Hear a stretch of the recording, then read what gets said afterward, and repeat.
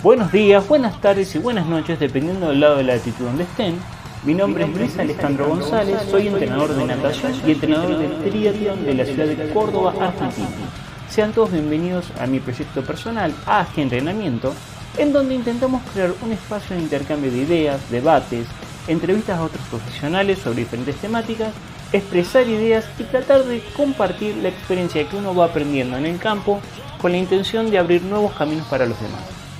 El foco y el alma de este podcast es devolver un poco de lo mucho que a mí me han dado todos estos años y llamar al debate enriquecedor.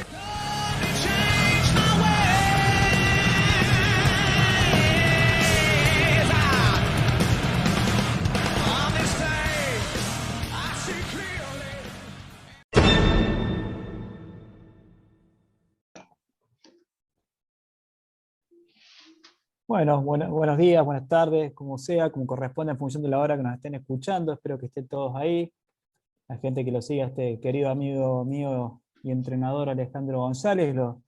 Y hoy yo, como Martín Barbeito, en lugar de ser el entrevistado, voy a ser el que va a hacer las preguntas y generar el debate acá con nuestro querido profe. ¿Cómo anda, profe? ¿Bien?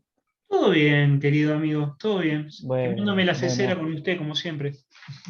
Como siempre, así recién estábamos con Alejandro charlando algunos temas de entrenamiento y salieron algunos temas lindos para debatir y surgió grabar este podcast a modo de seguir conversando sobre un tópico en esto del manejo de la intensidad y de la carga del entrenamiento. Bueno, estamos acá con Alejandro debatiendo sobre un tema ícono que es la densidad en el entrenamiento. Todo el mundo o la mayoría de la gente que nos escucha o los deportistas entienden conceptos como volumen e intensidad, pero por ahí capaz muchos no entiendan este concepto de la densidad.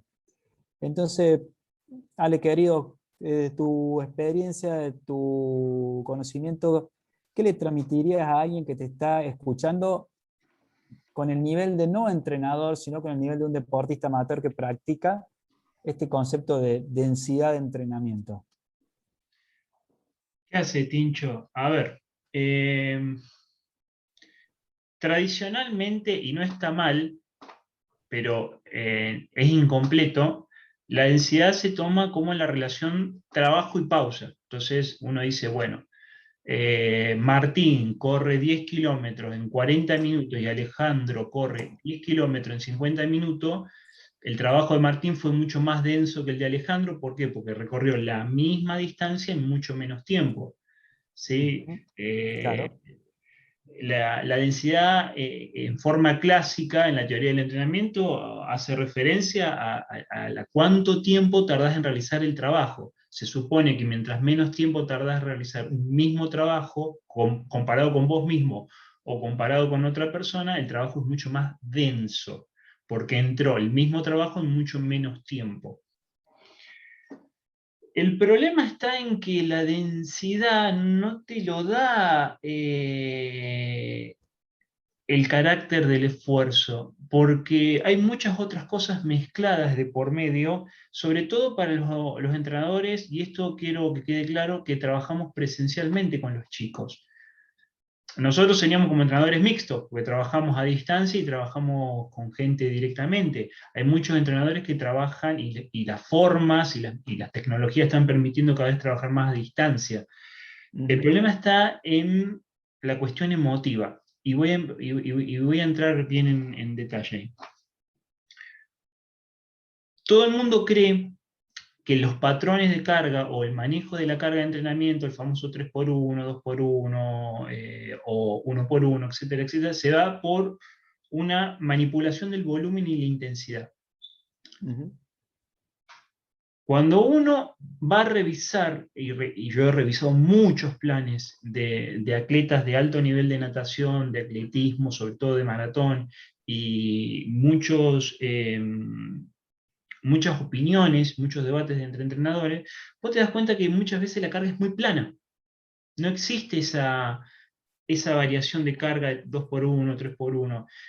Puede existir en los libros, puede existir en los planes iniciales que hacemos todos nosotros porque nos entusiasmamos, nos maravillamos con esos dibujos y queremos hacer montañita, rayita y todas esas cuestiones, Pero en la práctica real eso no existe.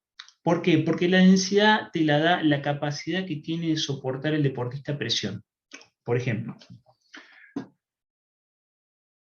yo te voy a plantear una serie. Vos tenés que hacer 20 de 100 en la pileta con 20 segundos de pausa y tenés que trabajar en una pileta de 25 metros con 12 brazadas respirando con 7 patrones respiratorios o 7 respiraciones por cada 25 metros.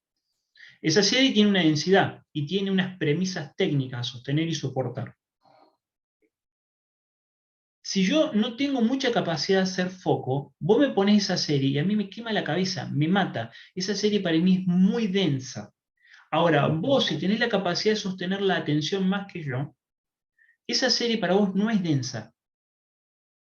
¿Por qué? Es la misma serie, con las mismas premisas técnicas, los dos tenemos los mismos ritmos de entrenamiento, pero a mí me quema la cabeza sostener esos términos técnicos, me quema la cabeza, no lo puedo hacer, porque necesito distraerme, hay tensión, necesito, en cambio vos lo podés sostener. Es muy claro, los nadadores, por ejemplo, eso ocurre mucho en la diferencia entre un nadador fondista y un nadador velocista. Un velocista no puede sostener la atención mucho tiempo, por eso corre distancias cortas, más allá de su contención de fibras musculares. Y el fondista puede sostener un mismo gesto mucho tiempo, porque puede sostener el foco de la atención. Claro. El otro día, relacionado a esto, estaba escuchando una entrevista que le hacían a Gary Goleman, que es el creador del concepto de inteligencia emocional, y él escribió un libro que se llama Focus, y habla de cómo los celulares están rompiendo la capacidad de sostener una idea en el tiempo.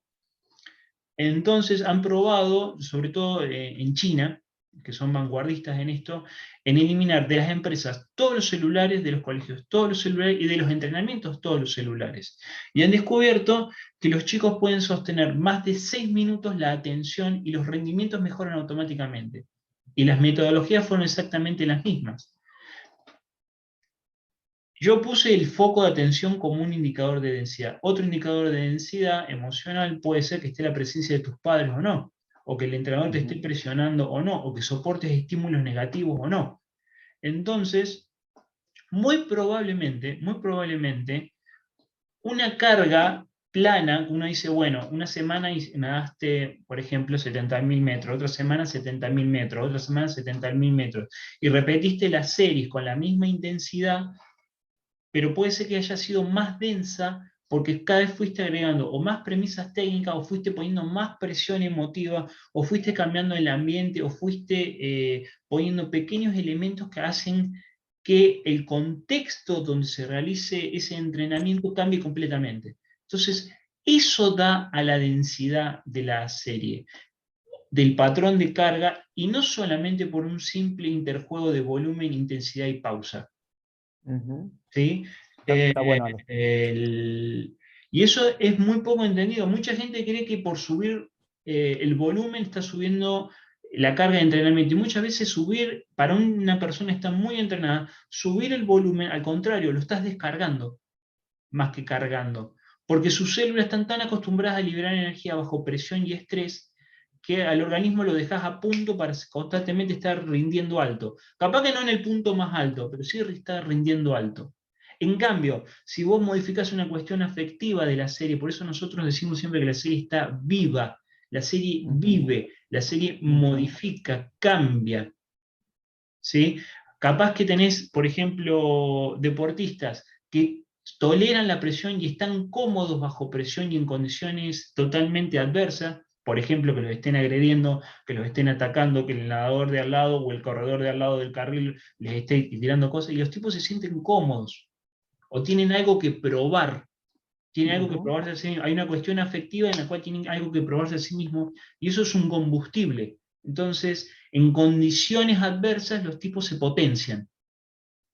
Y eso yo lo he visto eso muy seguido y eso es muy común. Y así como hay deportistas en que si vos lo pones con un tipo más agresivo al lado, temperamentalmente hablando, ¿no? Una persona mucho más, las mujeres sobre todo, las mujeres son mal llamado el sexo débil, y yo puedo dar razones de sobra de por qué una mujer puede destruir a un varón en el entrenamiento tranquilamente. Tranquilamente lo puede destruir. ¿Por qué? Porque soporta la presión. Voy a Totalmente. hablar en criollo y en términos argentinos. Una mina la recontraputeaste de arriba abajo, y si la mina tiene carácter, no que va a entrenar más fuerte, te va a sorprender, te va a dejar con Totalmente. la boca abierta, porque no eso es la densidad de la serie, soporta la densidad. Y podés tener un talentoso, como yo lo suelo tener, o lo suelo tener en el equipo para el equipo que yo trabajo, que vos los apretás y son como una hoja de papel, se rompen. Chao, la Sí, serie ya no sirve, no lo toleran. se entiende perfectamente. O sea, está muy bueno lo que estás diciendo porque para no generalizar esta relación que normalmente uno estudia el trabajo versus tiempo de pausa, que sería lo que uno habla normalmente cuando lee, entiende por densidad, pero lógicamente lo que vos estás planteando, que en este concepto de la serie viva que me gusta, hay que tener todas las otras cuestiones que se dan dentro de esa sesión de entrenamiento, de cómo vino ese día ese atleta, de cómo está de ánimo el entrenador, si hay familia, no hay familia, si hay público, no hay público, si hay una situación de estrés competitivo, si tenés la famosa liebre, todas esas cosas se juegan, ¿no? Entonces, me estabas haciendo pensar en algo que tiene que ver cuando uno planifica o intenta contextualizar la carga del entrenamiento, ¿no? Que se dan estas como etapas, ¿no? Donde tenés por un lado la carga que uno planificó, que eso puede ser al principio de una temporada, al principio de un proceso, está esa carga que uno planifica en papel, que está en la idea del entrenador y la planifica, que la saca de información que obtiene del atleta o de donde quiere llegar. Después tenés la carga que se prescribe, esa carga que uno hace el día del entrenamiento, que tiene que hacer ese día de entrenamiento, pero después tenés en definitiva la carga realizada, ¿no? Que es la que realizó el atleta, que es la que uno en realidad debiera cuantificar, porque de lo planificado al principio, de lo prescripto y de lo realizado, puede haber un abismo enorme. Entonces todos estos conceptos que vos estás diciendo me parecen sumamente interesantes, que por ahí son difíciles de cuantificar, son difíciles de observar o de objetivizar, donde claramente la comunicación entre el entrenador y el entrenado y esa artística se empieza a tejer, ¿no? Así que me parece muy interesante lo que estás diciendo, Ale. El problema está en que, en realidad es un poco más complejo. Voy a tratar de explicarlo más sencillo, pero la serie, cuando nosotros decimos la serie está viva, que no es mío esto, sino es de mi jefe técnico el concepto, es que la serie es un medio para un fin. Eso estamos todos de acuerdo. Claro, obvio. La serie, cuando, y este es un principio pedagógico también que no es mío, sino que me lo repite siempre mi jefe técnico, no debe ser, o el objetivo en realidad no debe ser ni demasiado sencillo para aburrir a la persona, ni demasiado complejo para frustrarla. Bien. O sea, vos que tenés que buscar un equilibrio. La serie tiene que estar planteada con un equilibrio. Por eso la serie, como el otro día hablábamos con el licenciado Varale, tiene que tener nombre y apellido arriba. Un plan de entrenamiento, así como un plan Exacto, nutricional, empieza con un nombre y un apellido. Es para quién estoy exacto, haciendo esta serie. exacto. Entonces, el punto principal acá es cuánto puede soportar el atleta y cuánto puede soportar el entrenador que controla. Porque la serie tal vez es la adecuada para el atleta, para el objetivo en ese momento. Pero tenés un entrenador que no puede soportar controlar esa serie, y esa serie también va a fallar. Está claro. Esa serie se va a hacer más densa, porque capaz que ese deportista funciona con un determinado mensaje en un determinado momento de esa serie. Te voy a contar dos anécdotas que creo que lo van a traer un día en un torneo en la pileta. Hay un entrenador que siempre se sienta en el mismo lugar y da las indicaciones a sus atletas en el mismo lugar. Tenía una chiquita que era muy difícil para vencer en una prueba para nosotros, una nena de 12 años. Entonces tuve la brillante idea, 2 minutos antes que él después de que él se levantó a dar indicaciones, de ir a sentarme en su lugar. Lo único que hice fue ir a sentarme en su lugar, el cual él no me podía recriminar porque la grada es libre. Entonces yo me fui y me senté en su lugar. Le generó tanto desajuste emocional y mental a él el hecho de que yo me sentara en su lugar, que él se desarmó por 5 minutos, se fue de foco. Como él se fue de foco, no pudo controlar la serie como debía ser. Esa nena no calentó como debía ser y nosotros le ganamos por 1,5 segundos la prueba. Mira vos qué interesante lo que estás diciendo. ¿Corrió la chica distinto? Sí. ¿Por qué corrió la chica distinto? Porque no tenía los apoyos y el contexto que sabía tener siempre. ¿Por qué? Porque Claro, yo claro. desajusté al entrenador. Eso lo hice a propósito. Obvio está. Fue un acto de maldad. No tuve que ni gritarlo, ni que hacer trampa. Y si hice trampa, sí. Lo único que hice fue sentarme en su lugar. Entonces lo desajusté. Ah, eso habla de la finura y de la delicadeza de la comunión entre el entrenador y el entrenado, ¿no? Eso, Totalmente. sobre todo cuando es alto rendimiento, ¿no? Pero basándonos en esto que dijiste, me voy al principio de esta segunda idea que diste, y me quedo con esto de la construcción de la serie para cada atleta, ¿no? Y con esto, corregime si me equivoco, pero con esto creo que estamos reforzando la idea que no existen planes universales ni modelos de series universales, que por ahí en el mundo amateurista esto es muy común. La famosa 10x400, las 8, las 10x1000, en algunos modelos de entrenamiento, sobre todo en el atletismo, son como series formalizadas y que es una receta básica que hace todo el mundo, ¿no? O en modelos de planes estandarizados para determinada distancia tales series, ¿no? Y por ahí con esto que vos estás mencionando, está claro que en el conocimiento del atleta, en el conocimiento del entrenador, en ese binomio, el entrenador es el que debe tener la habilidad de armar las series de la mejor manera en función de lo que quiere para ese atleta y en ese momento. Entonces, no habría series universales. También Eh, se te puede plantear otra situación, que es muy normal y a mí me ha pasado muchas veces. Espero que cada vez me pase menos, pero me ha pasado muchas veces, que es que el entrenador no está a la altura del atleta. Repito, claro, por el supuesto. entrenador no está a la altura del atleta. No tiene Por la supuesto. capacidad de soportar la presión que puede soportar el atleta, ni puede soportar el entendimiento del contexto que puede soportar el atleta. Entonces, ¿qué Exacto. pasa ahí? Yo la he sabido zafar, por así decirlo, gestionando bien los momentos en que se desarrolla la serie. ¿Qué quiero Ujú. decir con esto? En vez de darle indicación, decirle, ¿y a vos qué te parece? O sea, pasarle la responsabilidad al atleta, entonces Exacto. manejarme con lo que me da el atleta para poder trabajar. Lo que pasa es que eso es una solución a muy corto plazo. Y aparte el atleta, Ujú. si entendió que vos no estás a la altura de las circunstancias, le perdiste el respeto. No te respeta más. Totalmente. Por Totalmente. ejemplo, me ha pasado 1000 veces eso, no una, me ha pasado 1000 veces, por eso doy fe y me gustaría decirle al que le pase eso que no, si tiene buenas intenciones de progresar, que no se desanime, porque esos Exactamente. son momentos que los pasamos todos. Lo que sí, hay algo que es muy importante, el entrenador, el que dirige el proceso, que es como un puente, como nos enseñaron a nosotros, un puente entre lo que la persona quiere lograr y el objetivo, siempre tiene que estar en las mejores condiciones. Por eso Por supuesto. tenés que dormir bien, tenés que comer bien, tenés que meditar en el sentido, y meditar es una palabra muy generalizada, ¿no?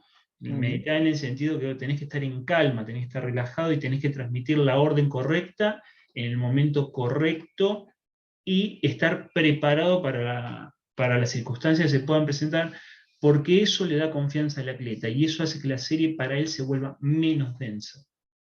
Y como la serie Está se claro, vuelve Ale. menos densa, la puede absorber mucho mejor.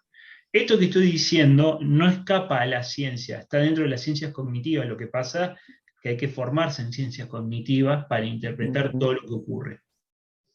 Muy interesante, Ale, muy interesante toda esta idea que estás dando, que nos creo que nos saca un poquito del contexto teórico común de los entrenadores cuando pensamos en carga de entrenamiento, en planificación, armado, modelado de series y demás. Esto que agregaste de lo cognitivo, que también ya se viene la idea de relacionarlo con las neurociencias y demás y el rendimiento, Totalmente. que hace a entender que no solamente el rendimiento de una persona tiene que ver con lo muscular, con lo físico, con lo metabólico, sino que claramente están estas otras cuestiones dando vuelta, que esto también demuestra una vez más cuando a veces un atleta está perfectamente bien puesto a punto y el día de la prueba pasó algo y las cosas no salieron, tiene que ver con lo mismo también, que también son cuestiones que se deben entrenar, así que creo que abre puertas tocar otros temas mucho más largos y complejos también, pero está muy interesante, Ale, así que bueno, me has iluminado el camino, así que espero que a muchos les pase. Creo que también el mensaje a los entrenadores es entender este contexto de responsabilidad que tenemos los entrenadores a la hora de dirigir personas, que no solamente aprenderse algunos métodos, poder dar órdenes y nada más, sino que hay muchas otras cuestiones que tienen que ver con la formación, con el entendimiento de la persona, y bueno, y por supuesto con la práctica y la experiencia de cada uno, ¿no? Las vivencias que tiene cada uno también. Así que bueno, Ale, gracias por la charla, gracias por la invitación, gracias por permitirnos este espacio y bueno, y aprender todos los días de algo nuevo. Así que bueno, saludos a toda la gente. Saludos a todos y nos vemos en la próxima. Y nos estamos viendo en el próximo encuentro, en las próximas horas de estudio, Alejandro. Dale. Chao, Chicho. Cuídate. Abrazo grande. Nos vemos. Chao, chao, chao.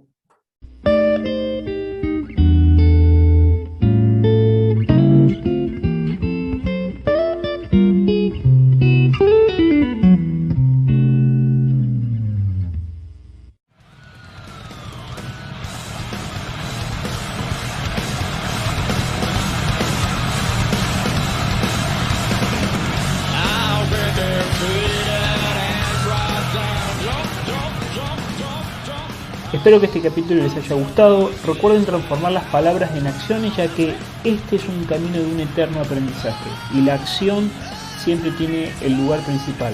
Si te gustó esta información, date una vuelta por nuestro sitio web AG Entrenamiento, en donde vas a poder encontrar un montón de información como esta, artículos, videos, entrevistas a otros profesionales y espacios de debate abierto, que eso es muy enriquecedor. También podés seguirnos en Instagram, Facebook y en nuestro canal de YouTube como AG Entrenamiento. Mi nombre es Luis Alejandro González y los espero en nuestro próximo encuentro. Cuídense mucho.